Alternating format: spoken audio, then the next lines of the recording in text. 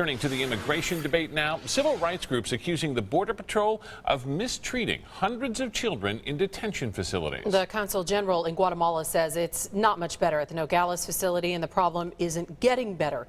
ABC 15's Navita Forgani's in the newsroom. And Navita, we're finally getting a look at the number of children being held in Nogales. Yeah, the most recent numbers, Katie, have 1,100 kids being held at the Nogales facility. But here's a breakdown for you. Guatemala is in 380 kids being held there, followed by El Salvador and Honduras. Now, these children are making this very long journey all the way up to Texas by bus, by train, and then by foot.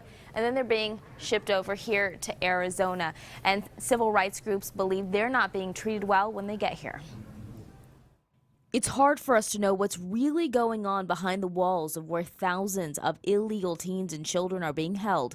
But the ACLU claims Border Patrol agents are abusing teens crossing into the U.S. Kids being routinely placed in what's called hieleras, which are freezing cold cells, where they're forced to stand up and not sleep. They're not giving blankets. I mean, these are children. Advocates say they found 116 cases between March and May where children were denied basic needs like food, water, and medical care. Consul General Jimena Diaz at the Guatemalan consulate also claims she's seen problems with the recently opened facility in Nogales. They have been, for instance, some problems with the food because they have been given burritos. Customs and Border Protection released a statement saying that it doesn't tolerate misconduct by Border Patrol agents.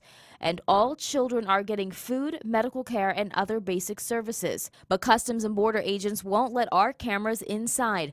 Congressman Matt Salmon also wants to see the conditions firsthand before he says anything. I know that they're being kept in not the best of conditions, and that's probably an overstatement.